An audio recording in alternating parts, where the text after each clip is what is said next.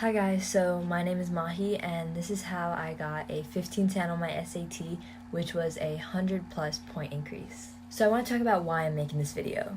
Well, I took the SAT 3 times, twice in 2018, August and December, and then a third time in March of 2019. And my August and December scores, I hadn't even broken 1400, let alone thought about breaking 15. So I'm making this video to hopefully help you guys realize that even though your goals seem unlikely now, it's still very possible for you to achieve them if you think about it the right way and you have the right approach. So first, I'm going to talk about my SAT experience, I guess. So basically, I took an SAT course over the summer of 2018 to prepare me for August, but I still didn't get the score that I was hoping for. So I decided that I was going to spend October and November perfecting my math score so that hopefully I can super score it once I take December. And so after my December score came out, I increased my math significantly, but my reading score went down, so I only overall had a 10-point increase. So then I was able to start focusing on my reading section. I had to reevaluate my whole approach to the SAT reading section because whatever I was doing in the past was clearly not working for me. But once I changed my approach, which I'll get more into later, I ended up having a 90-point increase in my overall reading section, which includes reading and writing.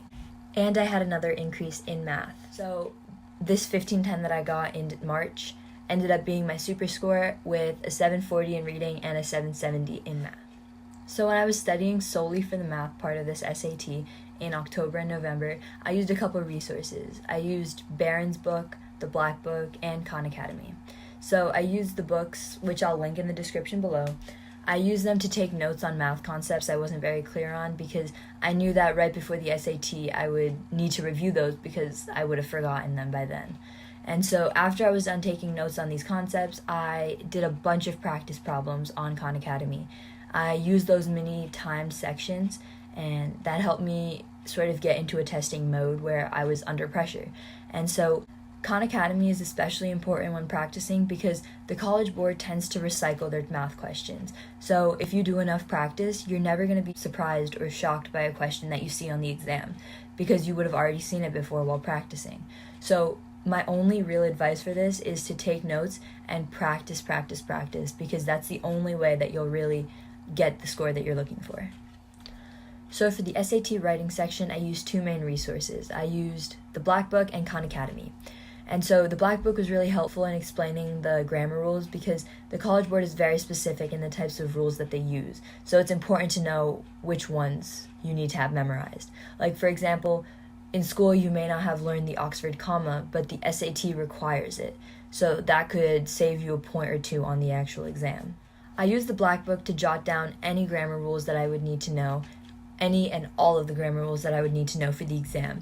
I recommend you keep a notebook for writing down all of these notes because you're going to want to look back on it right before the exam.